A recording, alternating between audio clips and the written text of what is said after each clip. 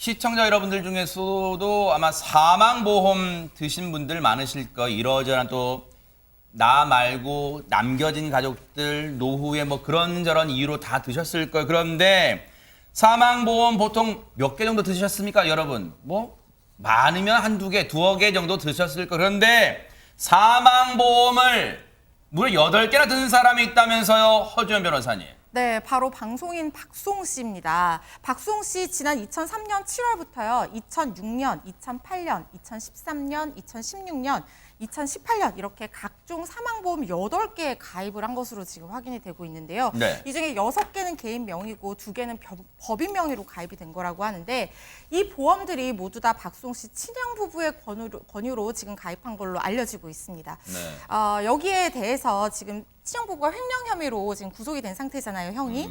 그래서 담당 검찰이 박송 씨 생명보험과 관련된 수사에도 지금 본격적으로 착수한 것으로 알려졌고요. 박송 씨 측에 이 보험 관련 자료 넘겨받아서 보충 의견서도 받고 해서 지금 추가 조사가 진행 중인 상황이라고 하고요. 말씀드린 것처럼 친형 박 씨는 지금 특정경제범죄가중처벌법상 횡령 혐의로 구속된 상황이고 아내와 함께 매니지먼트 법인 설립한 뒤에 배분 약속을 지키지 않고 지금 출연료 160억 원 가량을 횡령한 혐의를 받고 있는 상황입니다. 앞서 그래픽 좀 보여주세요. 그 위에 보면 이제 연도가 나와요. 이제 저게 뭐냐면 사망보험 이 보험을 가입한 이 연도겠죠. 2003년에 처음 가입을 하고, 근데 친형 부부의 권유래요. 보험을 가입하게 된 게 2003년, 2006년, 2008년, 2013년, 2016년. 최근 2018년까지 차례로 사망보험 8개를 가입하는데 개인명 뭐 어떨 때는 2개씩 가입하는 해도 있겠죠. 그러니까 8개가 된 거예요. 개인명 6개, 법인명이 2개, 총 8개의 사망보험을 가입했는데 백성문 변호사님께 여쭤볼게요. 네. 한 사람 앞에 사망보험이 8개나 들어있다. 이게 상식적인 얘기입니까? 도저히 좀 이해가 안 가죠. 그러니까 뭐 박송 씨가 지금 아직 미혼이면 통상적으로 뭐 상해보험이나 뭐 실손보험이나 이런 거를 보통 이제 가입을 하지 사망보험을 본인이 사망한 이후의 일을 저렇게 많이 가입할 이유가 없죠. 그러니까 지금 통상적인 보험 유지하는 금액에서 물론 사망보험도 가입할 수 있습니다. 남겨진 가족들을 위해서. 근데 지금 저 상황 자체가 네. 일단 뭐 좀 이따가 수익자가 누군지도 좀 살펴봐야겠습니다만 현재 박송 씨 명의로 가입돼 있는 이런 여러 가지 보험들 개수를 봤을 때 사망보험금의 개수가 좀 지나치게 과다하게 많다라고 보는 건 너무 상식적인 일인 것 같습니다. 사망보험이 8개면 언뜻 생각해도 하재근 평론가님, 그 보험 하나당 들어가는 다달이 내는 보험료만 해도 상당할 것 같은데요. 네, 보험료가 상당할 것 같은데 여러 개잖아요. 네. 어떤 거는 한 41만 원 정도 납입한다고 하고 어허. 어떤 거는 500만 원을 납입한다는 어머, 것도 있답니다. 그런 것도 있어요. 네. 그래서 8개를 몽땅 다 지금 정확히 조사하긴 힘든데 네. 추산하기로는 네. 월 납입액 총액이 1,155만 원 정도가 되지 않겠는가라고 추산이 되면서 추산이, 네. 지금까지 총 납입한 보험료 액수가 13억 9천만 원에 달할 것이다. 이러한 추정치도 나와 있는 상황입니다. 세상에 1년에 1,000만 원 보험료로 납부한다고 해도 대박인데 한 달에 1,100만 원 정도 들어갔을 것으로 추산하는 거예요. 8개 사망보험에. 그런데 백성문 변호사님, 네. 조금 전에 백성문 변호사님이 그 얘기해 주셨지만 시청자분들 관심이 그걸까요? 이 최근까지 마지막 들었던 게 2018년. 그러면 그때는 박송 씨가 결혼하기 전이잖아요. 아니 네, 배우자도 그렇죠. 없는데 사망보험 누구한테 주려고 들었을까? 수익자가 누구로 되어 있습니까? 전 이거는 좀 자세히 좀 들여봐야 될 것 같은데 우리가 일단 이렇게 생각할 때 저렇게 많은 걸 친형 부부가 가입을 했으니까 그럼 수익자가 친형 부부가 되겠지. 그러니까 횡령이지 이렇게 생각할 텐데 일단 개인 명의로 가입된 6개는 부모님입니다. 수익자가. 아하, 네. 그래서 곰곰이 생각을 해보시면 박송 씨가 사망을 해야 지급되는 보험금이잖아요. 네. 그죠? 근데 수익자가 부모님인데 그 당시에 부모님도 사망을 했다고 가정을 해보면 그 다음에 가는 건 결국 그 부모님의 상속인이죠. 그러면 결국 친형이 받을 수밖에 없고요. 친형이 만약에 사망했다면 친형 부부의 아이들이 받을 그럴 가능성이 굉장히 높은 상황인 거죠. 그러니까 어찌 보면 그렇게 승계 순서가 있는 거예요, 그렇죠. 법으로? 이게 만약에 정말 횡령의 의도로 이런 사망보험을 많이 가입을 했다면 본인이 두드러지지 않게 돌아서 돌아올 수 있는 그런 방식을 택했던 것으로 좀 보이고요. 이건 뭐 제가 지금 단언해서 말씀드리기 좀 어려운 부분입니다. 네네. 그리고 또 법인 명의로 두 개가 가입이 됐는데 네. 법인 라일 같은 경우는 이제 박송 씨가 지분의 50%를 보유하고 있는데요. 그 보험이 그것도 역시 박송 씨가 사망하면 수익자를 지정해놓지 않으면 상속인으로 넘어가는 거고요. 지금 메디아붐이랑 친형 부부가 지분 100%를 보유하고 있는데 이런 것들도 법인 명의 보험 수익자는 그러니까 전체적으로 또 친형 부부가 되는 것이 아닌가라고 지금 현재는 추정을 하고 있는 그런 상황입니다. 이 사망보험의 특징은 네. 박송 씨가 수익을 볼 수 있는 구조는 아니라는 그렇네요. 거죠. 네. 맞습니다. 상식적으로 그렇잖아요. 보험을 든 사람이 사망을 하면 그 보험 든 사람은 혜택을 볼 수 없는 게 이 사망보험의 구조잖아요. 그런데 보세요. 앞서 연도를 보면 마지막으로 사망보험을 든 게 2018년이에요. 그러면 그 8개 보험이 지금도 유지가 되고 있고 계속 보험료가 들어가고 있나요? 허주원 변호사님? 일단 8개 중에 6개는 개인 명의고 2개는 법인 명인데요. 네. 그러니까 계약자가 개인이랑 법인으로 나뉜다는 얘기입니다. 그런데 이 개인 명의로 된 6개 중에서 절반인 3개는 계약을 해지를 했다고 합니다. 네. 근데 아시다시피 보험이 중간에 계약을 해지를 하게 되면 손해를 볼 수밖에 없어요. 네. 그런데 이 그걸로 손해보는 것보다는 해지를 하는 게 더 유리할 것 같다고 판단을 해서 해지를 했다고 하고요.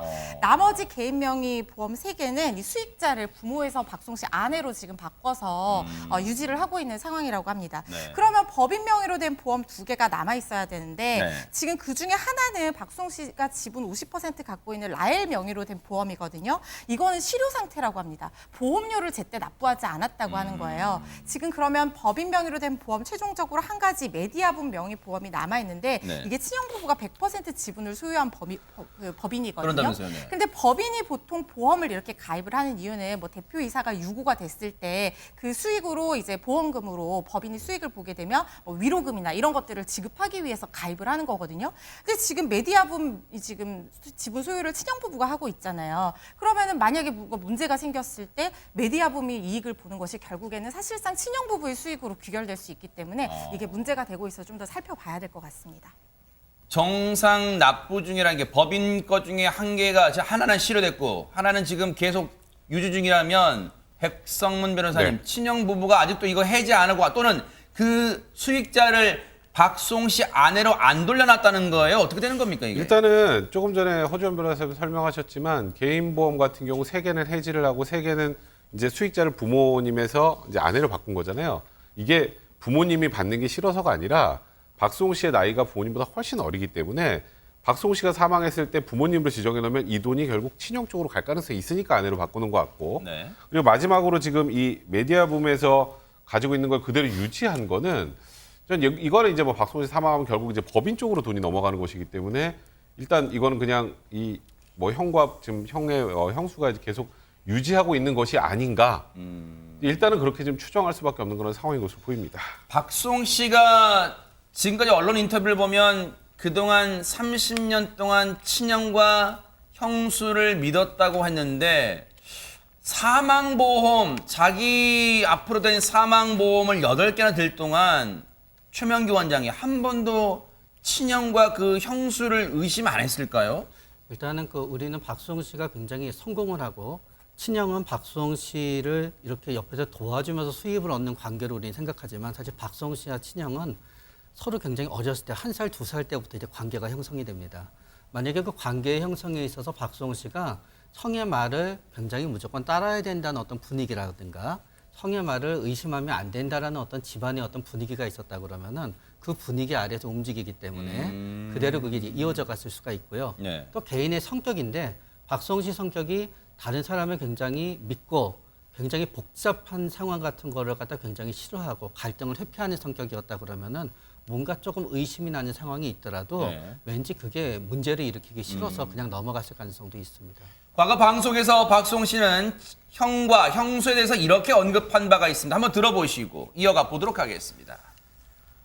형수님이 10년 동안 은행 쪽에서 일을 하시고 그 퇴직금을 그대로 받아가지고 우리 형한테 우리 집안이 내가 형수한테 물어봤어. 우리 집 어딜 보고 형수 결혼하셨어? 그랬더니 자기는 우리 형 눈 보고 결혼했대.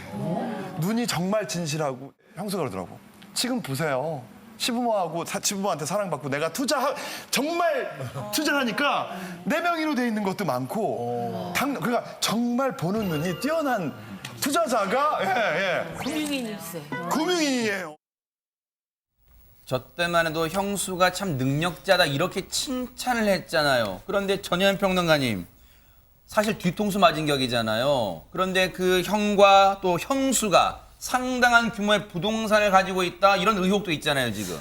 무려 200억 원으로 추정이 된다. 이것은 검찰이 확보한 자료에 따르면 일단 이렇게 추정이 된다라고 합니다. 이 형수가요, 무려 2004년부터 계속 상가를 매입해 왔는데요. 2004년에 마포구 상가를 단독으로 매입을 했습니다. 그리고 2014년에는 아파트를 잇따라 매입을 했는데요. 강서구에 있는 아파트는 20억 원 상당이고 마포구에 있는 아파트는 17억 원 상당으로 지금 추산이 된다라고 합니다. 그리고요, 이후에 남편과 함께 공동 소유한 상가가 8채나 있는데 이것은 무려 110억 원 이상의 가액으로 추정이 된다라고 합니다. 근데 검찰에서는 딱히 다른 경제 활동을 하지 않았던 이 형수가 도대체 어떻게 이렇게 부동산을 소유하게 됐는지 경위, 자금 출처에 대해서도 조사를 하면서 소명을 요구할 것으로 알려져 있고 또 형을 지금 횡령 혐의로 수사 중이잖아요. 공범 가능성에 대해서 들여다보고 있는 것으로 전해집니다.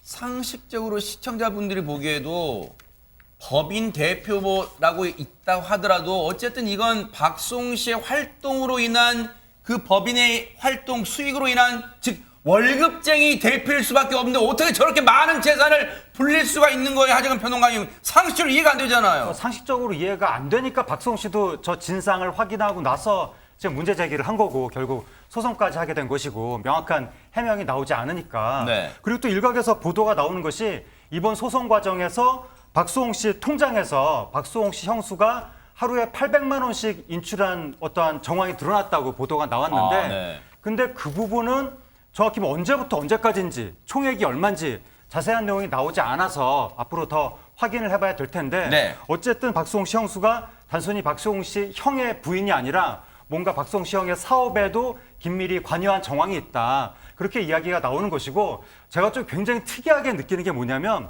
박수홍 씨가 사망보험 가입하기 시작한 시점이 2003년부터라고 나와 있거든요. 네. 그게 박수홍 씨가 30대 초반이거든요. 아하. 30대 초반 미혼의 젊은 남성인데 그때부터 형 부부가 사망보험을 권유했다는 게 상당히 좀 특이하게 느껴지는 대목이고 뭔가 진상이 제대로 밝혀지길 바랍니다. 그러니까요. 800만 원씩 인출한 것도 뭔가 1000만 원씩 인출하면 어디 신고가 돼야 된대요. 그러니까 그걸 피하기 위한 거 아니냐라는 의혹도 있는 거예요. 물론 단정할 수는 없지만요. 그런데 박수홍 씨 최근에 이제 심적 안정을 얻었겠죠. 결혼도 하고 또 그리고 결혼하기 전에도 심적 안정을 주는 존재 뭐가 있었을까요? 영상으로 만나보시고 이어가 보도록 하겠습니다. 오, 기럭지가 그렇게 길어요. 아빠 닮아서. 오, 맛있는 거 해주세요, 아빠. 그런 거지. 인석 삼촌하고 처음 만나지? 다와. 안녕. 인석 삼촌 인사해봐봐요. 이렇게 눈을 마주치는 애가 없어, 고양이 중에. 아우, 다홍이 눈 마주치는 거 너무 예뻐. 네. 아마 이제 다른 개그맨 후배가 찾아왔나 봐요. 그래서 이렇게 또 이렇게 이 삼촌이라고 부르면서 인사해봐 다홍이 이렇게 반려묘 다홍이를 부르는 목소리에 애정이 잔뜩 묻어 있는데 초명위원장님 사실 기억하고 싶지 않은 사건일 수 있어요. 친형과의 법정 공방, 법적 갈등. 그런데 그 와중에 물론 아내분도 큰 이 기대를 언덕이 되겠지만 반려묘 다홍이도 심적으로 많은 의의가 될 수 있습니까? 어떻습니까? 그렇게 생각합니다. 왜 그런가 하면 우리는 굉장히 힘들 때 뭔가 그 무한한 위로를 갖다 받고 싶어 하는 마음이 있어요. 네. 근데 무한한 위로라고 하는 거는 세상에서 주어지긴 어렵거든요. 그러면 그때 무한한 위로와 어떤 무한한 사랑을 동물한테 주면서 내가 받고 싶었던 거를 갖다가 반려동물한테 주면서 나 스스로 갖다 위로하게 되지요. 아하. 그래요. 지금은 아직 끝난 건 아니지만 계속해서 늘 끝이 보이지 않았을 터널을 걷고 있었던 기분이었던 박송 씨에게 그래도 위로를 주는 존재의 두 사람, 이 아내분과 반려묘가 있기에 그래도 박송 씨가 살아낼 힘을 얻는 거 아닌가 그런 생각 감히 해봅니다. 기운 내기 바랍니다.